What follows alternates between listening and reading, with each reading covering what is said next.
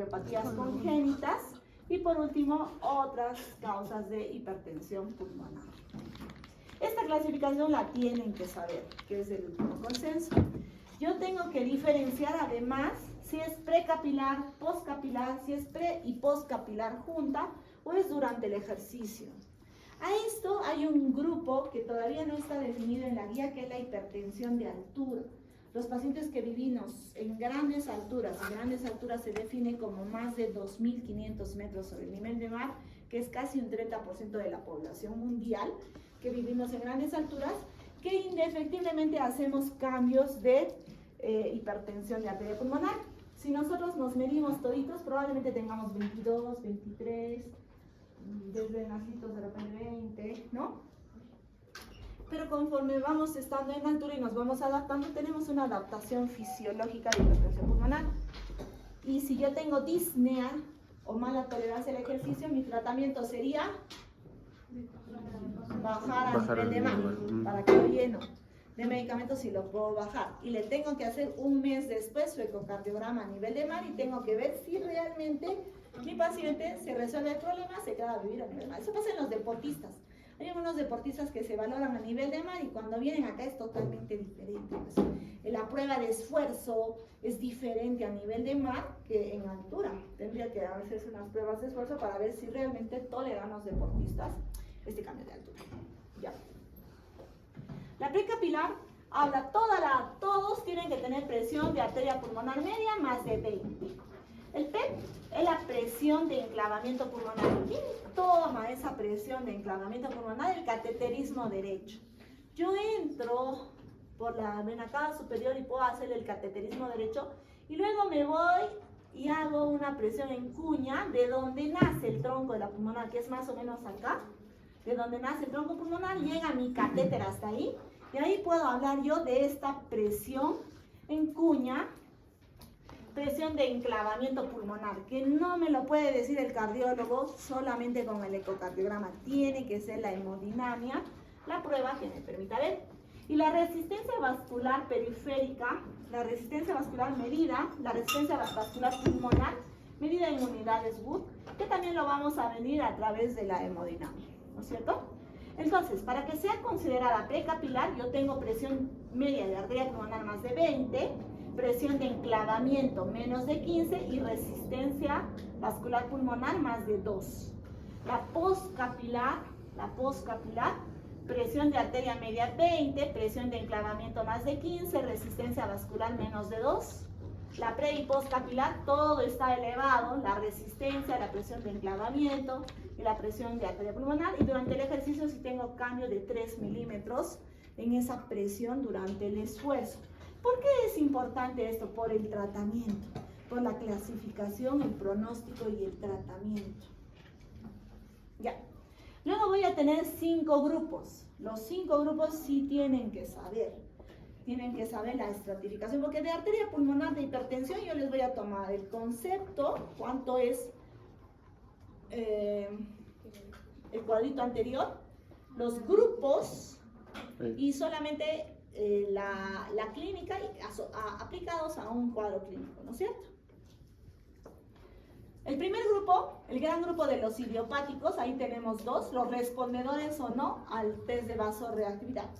Yo le hago el cateterismo derecho y encuentro una presión de 30 y le voy a dar vasopresina o algún dilatador. Si yo tengo respuesta y disminución de la presión, eso se llama test de vasorreactividad. Antes lo hacíamos sobre 10, ahora dice que podría ser 6, 7, no tiene un corte absoluto. Entonces, ¿por qué es importante? Porque los pacientes con vasorreactividad responden a los calcioantagonistas. Por eso es importante hacer la prueba. El otro grupo del grupo 1 es la hereditaria y vamos a ver cómo hay genes asociados a hipertensión de arteria pulmonar, asociado a drogas como la cocaína y algunos otros medicamentos, sobre todo los anabólicos, asociados con enfermedades de tejido conectivo, VIH, hipertensión pulmonar, hipertensión portal, enfermedad cardíaca congénita, esquistosomiasis, hipertensión venocapilar y persistencia de la hipertensión en el recién nacido. Acá hay un cuadrito, si ustedes van a ver, les tengo que pasar el consenso, solamente si lo revisan el cuadrito, hay qué enfermedades cardíacas pertenecen al grupo 1 y qué enfermedades cardíacas pertenecen al grupo 2, solo como conocimiento, porque a mí me interesa que sepan la parte general. El grupo 2 son enfermedades asociadas a corazón izquierdo, con falla cardíaca, con fracción de eyección disminuida o sin fracción de eyección disminuida, asociados a falla cardíaca, los valvulares, los congénitos y asociados a la hipertensión postcapilar. El grupo 3, todo el gran grupo secundario a hipoxemia crónica. Si yo vivo en Cusco y tengo hipoxemia crónica y no quiero llegar al cor pulmonar y no me puedo ir a la costa, usaría oxígeno. ¿Cuántas horas al día? 15 horas al día. 15 horas al día. Si quiero equiparar el riesgo con un paciente que satura normal, ¿no es cierto? El otro grupo, el grupo 4, asociados a obstrucciones de arteria pulmonar, que podría ser tromboembolia o otras alteraciones.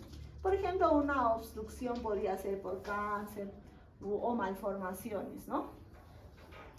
Y el grupo 5 son las causas de hipertensión pulmonar no claras.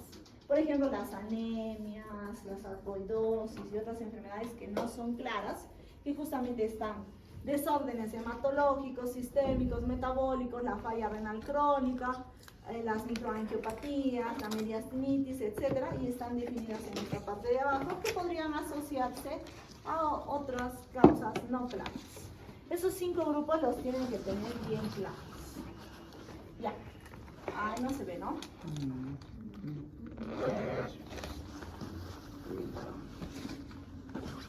En el infante, generalmente serán pues las congénitas, ¿no? En el infante y las hereditarias. En el niño también, las hereditarias, las congénitas asociadas a enfermedades, por ejemplo, alteraciones de la trisomía. En el adulto, generalmente es secundario a falla cardíaca crónica, enfermedad pulmonar. Este cuadrito no se lo aprendan. Yo quisiera que se aprendan el cuadro anterior.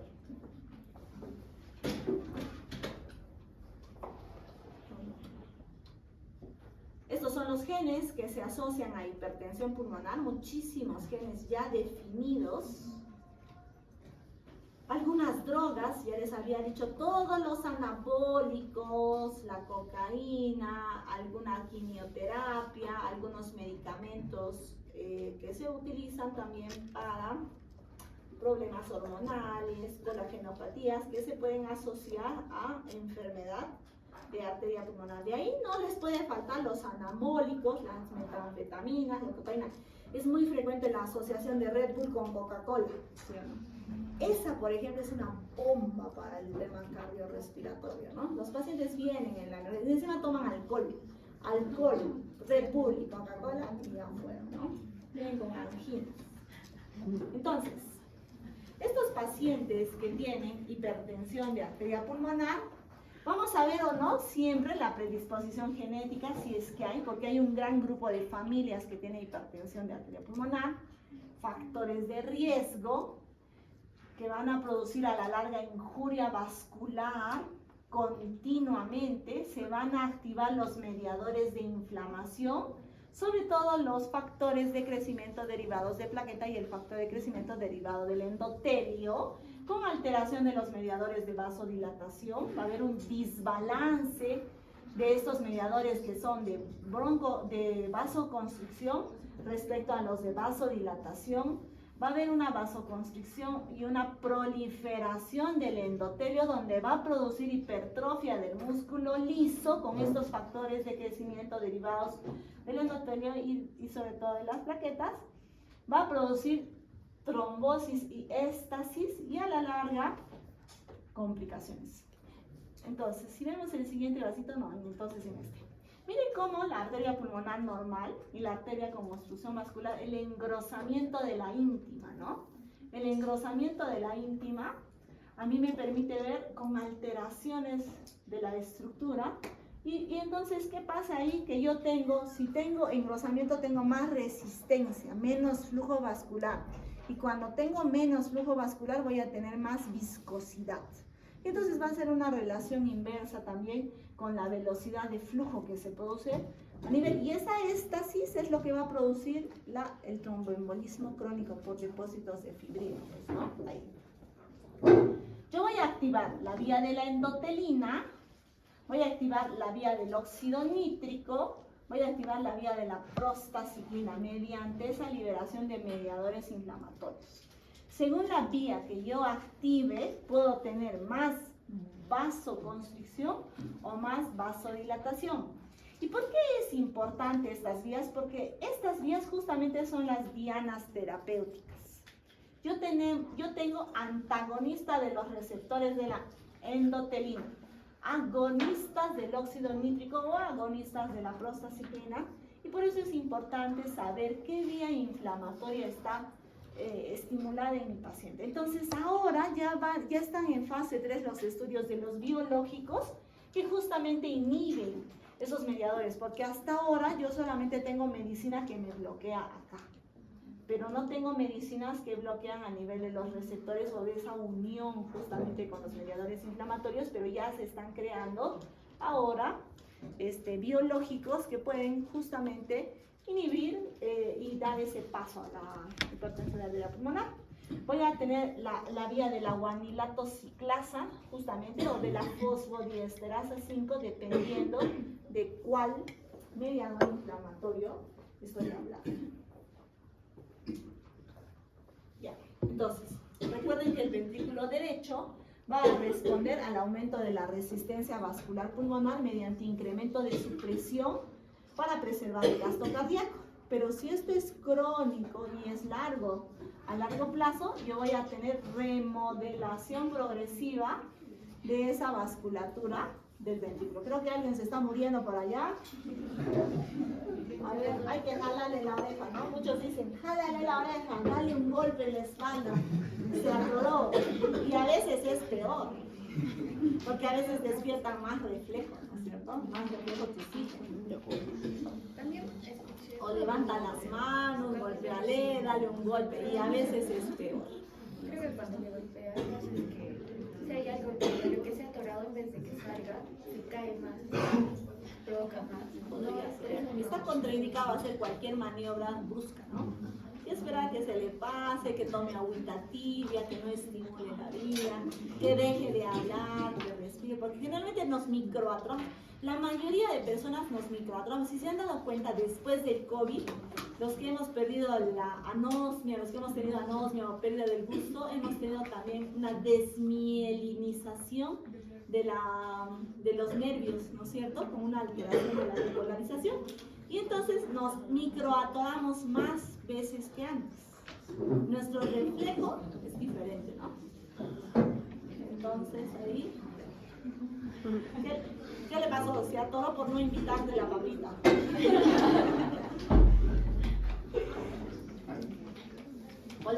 O le dio tos convulsiva, ¿no? Todavía estamos en pleno bote de tos convulsiva. La diferencia de bordetella pertussis es pues una descamación fina endobronquial y eso produce tos. La tos quintosa de los 100 días. Y yo puedo tener tos espasmódica con episodios de ahogo. ¿Cuál es el tratamiento? Salud, amor. Un broncodilatador. ¿Qué más ayudaría? Corticoide y un antitusígeno, ¿no? Y el antibiótico de elección, Acitromicina. macrólidos para bordetella pertussis, ¿no? Es peligrosísimo en niños, porque en niños tenemos un calibre de 3 milímetros de bronquio, de 5 milímetros. ¿Cuánto mide la tráquea en un adulto? 20 milímetros. De 18 a 20, en las mujeres más delgado, de 15 a 18, en los jóvenes hasta 20, pero en un recién nacido, y que le dé bordetella y se colapsa, con una tos se colapsa la luz y ahí sí es una cianosis resistente, ¿no? Bien, vamos a seguir. Entonces, estos primeros cambios, que aumenta la presión sistólica, luego va a haber remodelación progresiva de la vasculatura para mantener la capacidad del ventrículo derecho y se pueda adaptar, ¿no es cierto? pero en esa remodelación va a producir aumento de la resistencia vascular, aumento en el flujo y en la presión venosa, y todo eso nos va a contribuir a hacer el cor pulmonar, que a la larga es perjudicial para el paciente. Recuerden que cuando aumenta la vasculatura, la resistencia vascular pulmonar, por vasculopatía y disminución del calibre, va a haber trombosis y vasoconstricción hipóxica. La resistencia vascular pulmonar depende tanto del diámetro de los vasos como de la viscosidad de la sangre, y eso es proporcional al gradiente de presión entre la arteria pulmonar y la aurícula, ¿no? Entonces es muy importante que nosotros veamos cómo esta resistencia, ¿se acuerdan que la resistencia interviene en unidades, se mide en unidades Wood y tiene que ser 2 el corte, ¿no es cierto? Tendríamos que tener menos resistencia vascular. Y eso lo va a definir en precapilar y postcapilar, ¿no es cierto? Miren cómo, cuando nosotros tenemos la íntima de la arteria hay un flujo libre, luego ya tenemos engrosamiento de la íntima, pero todavía hay leve disminución del flujo, mientras más engrosamiento y más hipertensión. Esta remodelación de la íntima de la arteria no es reversible con el tratamiento. Podemos vasodilatar un poquitito, pero cuando ya está remodelado ya hay más esta cistitización. Por eso el paciente tiene más disnea, pues, ¿no? Que el paciente que tiene hipertensión pulmonar tiene disnea al inicio del ejercicio y luego puede hacer disnea de reposo. Entonces, en un joven que realmente desatura o tiene disnea, tienen que descartar hipertensión pulmonar de altura, ¿no es cierto?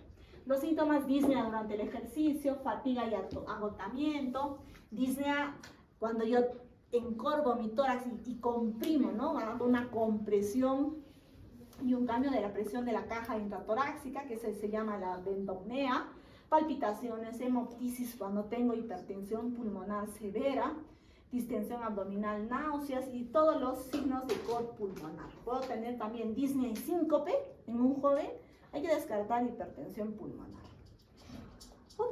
Otros síntomas: dolor torácico durante el ejercicio, puedo tener disfunción cuando ya tengo una alteración severa, disnea, mareos, síntomas vasovagales, etc. Entonces, disnea de causa no explicada, que no sea asmático, asociado sobre todo al ejercicio, yo le tengo que hacer un test de caminata y valorar si realmente cómo se comporta tema cardiorrespiratorio, y lo llevamos, si no es asmático, al cardiólogo. Entonces es importante valorar en este paciente: ¿tiene factores de riesgo? Me voy a hacer una evaluación médica, una exploración física. En el examen físico, ¿qué podemos encontrar en la hipertensión pulmonar? Sí, podría ser un aumento del tono en el foco pulmonar, pero no es específico, ¿no es cierto? Por lo tanto, tengo que hacer una exploración física. En el EKG, una T picuda en el D2, una P picuda, ¿no? Una P picuda. Yo puedo hacerle marcadores de injuria cardíaca, saturación. Si tengo alto riesgo, yo puedo derivarlo de... Por ejemplo, es un lupus, por ejemplo, es un VIH. Todo lupus va a ir al ecocardiograma. Todo lupus va a ir a la evaluación de la función pulmonar. ¿Por qué? Porque justamente hay que ver si hay neumonitis. La neumonitis es un criterio para que nosotros lo pulsemos a los pacientes con lupus, las policerositis. Si tengo artritis, tengo enfermedad micelar, colágeno, etcétera, ¿no es cierto? Lo derivo a un centro de hemodinamia. Pero si tengo un factor de riesgo, causa sospechosa, y tengo enfermedad cardíaca, ya tengo ahí, le hago ecocardiograma, algunas pruebas y puedo dar una probabilidad intermedia. Recuerden que el cardiólogo nos mide probabilidad intermedia, alta, baja de hipertensión pulmonar. Es una ecuación que saca el ecocardiograma, no es un valor como la tensión de la arteria pulmonar, que lo medimos y tomamos el nota. Para que el cardiólogo mida, tiene que medir justamente la resistencia vascular, la velocidad de flujo, y saca una ecuación. Entonces, el cardiólogo A mide 30, el cardiólogo B 35, el cardiólogo C 28. Porque depende de la ecuación, depende del momento en el que está el paciente, depende del esfuerzo físico que está haciendo el paciente. Entonces, es dependiente de cardiólogo y dependiente de la máquina. Por eso es un valor indirecto, es como la saturación. Es un valor muy indirecto. Tengo que hacer evaluación pulmonar si es que se trata de enfermedad pulmonar y ver si realmente es culpa de la enfermedad pulmonar la hipertensión, porque ese gran grupo de pacientes va a la oxigenoterapia nomás. El diagnóstico es con cateterismo derecho, justo me va a permitir estratificar cuánto de hipertensión, qué tipo de hipertensión tiene y me confirma realmente. Sin cateterismo yo podría ponerle probabilidad alta de hipertensión o baja y siguiente mejor. Además, yo tengo que pedirle al cardiólogo que me haga un ecocardiograma transtorácico, transesofágico con Doppler para que yo sepa si tengo probabilidad alta. Me va a permitir valorar ventrículos, arteria pulmonar, vena cava inferior y aurícula derecha. Esto solo para que lo sepan, no se lo aprendan, pero es muy importante determinar si yo tengo crecimiento del ventrículo derecho, la enfermedad se llama cor pulmonar, asociado a hipertensión de arteria pulmonar. ¿Yo puedo tener hipertensión sin cor? Sí, porque es un estadio, la hipertensión es un estadio antes de la falla cardíaca derecha. Hay otras alteraciones, como lo decíamos en el electrocardiograma, la P pulmonar, sobre todo en la derivada 2, es desviación del eje a la derecha, hipertrofia del ventrículo derecho, a veces hay bloqueo de rama completa. Recuerden que estos patrones son los mismos que hallamos en el EKG del TEP, del tromboembolismo pulmonar. También encontramos estos patrones. El patrón de Stein del ventrículo derecho, que lo mide también el cardiólogo, el intervalo QT prolongado, etc. Entonces, un signo indirecto de arteria pulmonar sobre 30, ¿no? O que indirectamente, como les decía, que sea mayor de la aorta torácica o del cuerpo lateral, ¿no es cierto? O de la aorta abdominal, torácica, pero inferior. Y entonces voy a tener prominencia iliar, prominencia del cono callado de la aorta, el cono de la pulmonar y el ventrículo, ¿no es cierto? Prominencia del cono de la pulmonar, un signo indirecto. Esto también es un signo indirecto de hipertensión. Prominencia iliar y cono, esta es la rama inferior de la arteria pulmonar. A veces vemos un redondito y lo tomamos como un tumor, y asociado a cono yo podría diferenciar, podría generalmente decir que es la arteria pulmonar, la dilatación de la arteria, de la rama inferior de la arteria pulmonar. Como veíamos en la tomografía de la mañana, la señora tenía unos vasos grandes a nivel de bases, ¿no? Se notaba cómo estaban dilatados. Entonces, ¿para qué me va a servir signos indirectos? Yo lo voy a mandar al ecocardiograma, voy a ver si además tiene enfermedad pulmonar, fibrosis, EPOC, como les decía, bronquiectasia, secuela TB, síndrome de hipoventilación, obesidad, etcétera, etcétera. Otras pruebas funcionales que le voy a hacer es spirometría, DELCO, pulsioximetría de noche, gammagrafía, la TAC para descartar tromboembolia pulmonar, bioquímica de la coagulación, petronatriurético para ver sobre todo si tengo injuria cardíaca derecha. Entonces, ahí voy a estratificar. Mi hipertensión pulmonar es de bajo riesgo, de riesgo intermedio o de riesgo alto. ¿Por qué? De esto solo quiero que aprendan las de riesgo alto. Porque el paciente que tiene riesgo alto tiene que tener una medida específica de tratamiento. Por lo menos indíquenle oxígeno. Le podemos dar vasodilatadores o calcio antagonistas dependiendo de su factor de riesgo y pruebas de sensibilidad, o lo bajamos a nivel de mal, lo derivamos al cardiólogo, etc. ¿No? Entonces, los parámetros a valorar son: ¿tiene signos de falla cardíaca derecha? ¿Hay progresión de los síntomas y manifestaciones clínicas? ¿Tiene síncope? La disnea, ¿se acuerdan de la escala de la disnea de la American Resist? Que son igualito que la NIJA. Igualito que la escala NIJA del 0 al 4. No hay disnea, disnea de grandes esfuerzos, y el 4 disnea de reposo. Esa es la escala funcional, la prueba de los 6 minutos. El que camina menos se va a morir más rápido. El PEC que es... la valoración del ecocardiograma, los biomarcadores, no, el PEC no es. Prueba de esfuerzo cardiopulmonar. Prueba de esfuerzo. Cardiopulmonar. Prueba de noche de 6 minutos.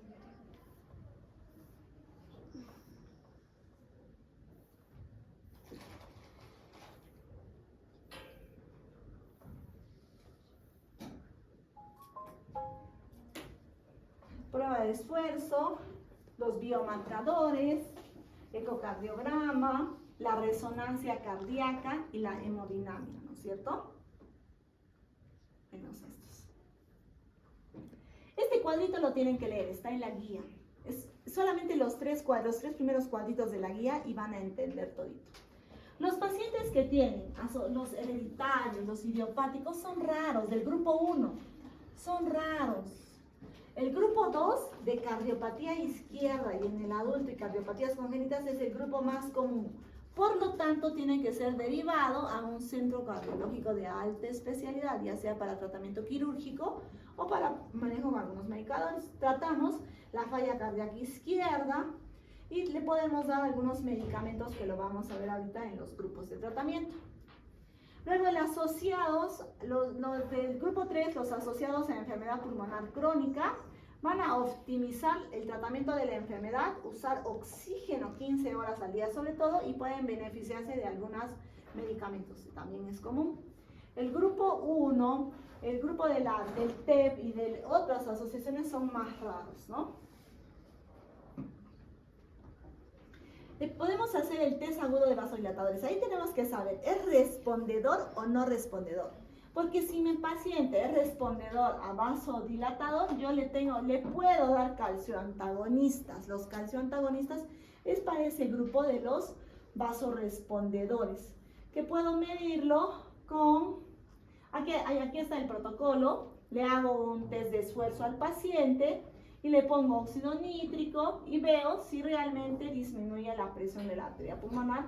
Entonces, yo puedo clasificarlo en respondedores, respondedores de resistencia, no respondedores o respondedores desfavorables. En base a esta infusión de medicamentos, para que yo pueda escoger el tratamiento que le voy a dar a mi paciente. Y este es el tratamiento que quiero, los grupos que quiero que aprendan. Entonces, los calcioantagonistas a dosis tope, a dosis alta, amlodipino, diltiazem, no aprendan dosis, amlodipino, diltiazem, felodipino, nifedipino. Tenemos en el mercado menos felodipino, le damos al paciente dosis altas. Yo puedo tener antagonistas de los receptores de la endotelina, el ambrisentan y el bosentan y el macitetan que hay en Perú, que son medicamentos de administración oral. Los inhibidores de la fosfodiesterasa 5, que son muy de moda utilizados últimamente para los pacientes de hipertensión pulmonar, sildenafilo, tadalafilo, a dosis altas. Y estos inhibidores de la fosfodiesterasa 5 lo que le produce es una vasodilatación no solamente de arteria pulmonar, sino le va a producir síncope al paciente. Es el famoso Viagra que utilizan los varones, ¿no es cierto? Los inhibidores de la fosfodiesterasa 5. Y por eso se infartan, pues, porque les produce una vasodilatación asociada a un síncope y en dosis altas, ¿no? Entonces, a los abuelitos hay que tener mucho cuidado porque se para bruscamente de la cama y ¡pum! Se viene a morir, ¿no? Entonces, los análogos de la prostaciclina, ahí están los vía oral, el Verapros o el trepostinil, los análogos de los receptores de la prostaciclina administrados vía oral. Los estimuladores de la guanilato ciclasa, también es un biológico que últimamente se ha creado. Los inhalados, el iliopros y el trepostinil. Tenemos varios estudios y metaanálisis del beneficio del trepostinil y del iliopros en pacientes que tienen insuficiencia respiratoria crónica, digamos presión de arteria pulmonar 80. Esos pacientes tienen que ir al trepostinil, tienen gran beneficio de esa hipertensión severa asociados a falla cardíaca, a falla respiratoria crónica con hipoxemia. Y otros análogos de la prostaciclina, ¿no es cierto? Entonces yo solo quiero que sepan los grupos de los medicamentos y los medicamentos representantes. Sobre eso, como les había mencionado, están ya, la industria está haciendo ya los biológicos que no se han aprobado, no tenemos ni un biológico a la venta, pero que tenemos, les voy a mandar los nombres de algunos biológicos que están en prueba, todavía están en fase 3, por eso no están incluidos en el grupo de tratamiento, ¿no? Entonces, de la hipertensión pulmonar me interesa saber que sepan el concepto, cuál es el gold estándar de tratamiento, el cuadrito de distribución, este cuadrito solamente de la clasificación de medicamentos, este cuadrito que lo van a ver en la guía que les voy a mandar. De la guía solo quiero que estudien los cuadritos, el tratamiento. Esta escala, no estos, solo quiero que sepan qué parámetros tenemos que evaluarlos en estos pacientes. Este cuadrito que lo tienen que saber y este de acá, ¿ya? Bien chicos, ¿alguna pregunta? Entonces, disnea, síncope, en pacientes jóvenes, sobre todo asociados al ejercicio, podría ser hipertensión pulmonar. Todos los pacientes de hipoxemia crónica van a ir en unos años, no es inmediato, el cambio será pues a los 6, después de los 5 años. Depende de cuánta severidad tenga. Es diferente de que satura 80 que satura 60. Entonces ahí va a depender de la severidad de la hipoxemia también, que conlleva ese cambio. Entonces estos pacientes, para evitar que vayan al cor pulmonar y a la hipertensión, tienen que usar oxígeno, por lo menos nocturno, 12 horas. Eso ya nos garantiza que tengamos menos riesgo de hipertensión arterial pulmonar y menos riesgo de cor, porque la mortalidad se asocia a la hipertensión pulmonar y la mortalidad aumenta cuando es falla cardíaca derecha. Pero ya tenemos dos problemas, ¿no? ¿Alguna pregunta? Bien, chicos. ¿Nadie quiere preguntar? ¿Alguien duda del Venturi? ¿Ya se pasaron los Venturis por ahí?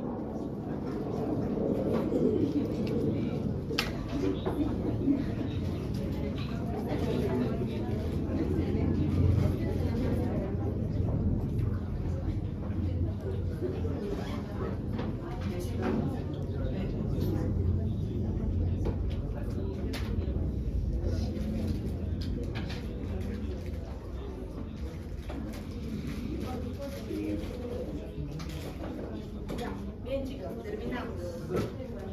Dime. Una pregunta. ¿Estos pacientes les da oxígeno de alto flujo o de bajo? Esa es una buena pregunta. ¿Qué sistema de oxígeno le dieran al paciente? ¿De qué dependería? Si la cánula binasal es suficiente, cánula binasal. Porque lo que tienes que hacer, si tú saturas 70, el paciente en reposo con 1 litro puede saturar 83, 85. Sobre 80 estaría bien. No necesitas llevarlo al 90%. Solo necesitas evitar. No hay un corte que te diga desde 70 es más pulmonar de 80, ¿no? Generalmente, mientras más oxígeno use el paciente, menos cambios de remodelación. Y es con canulita nada más que les damos.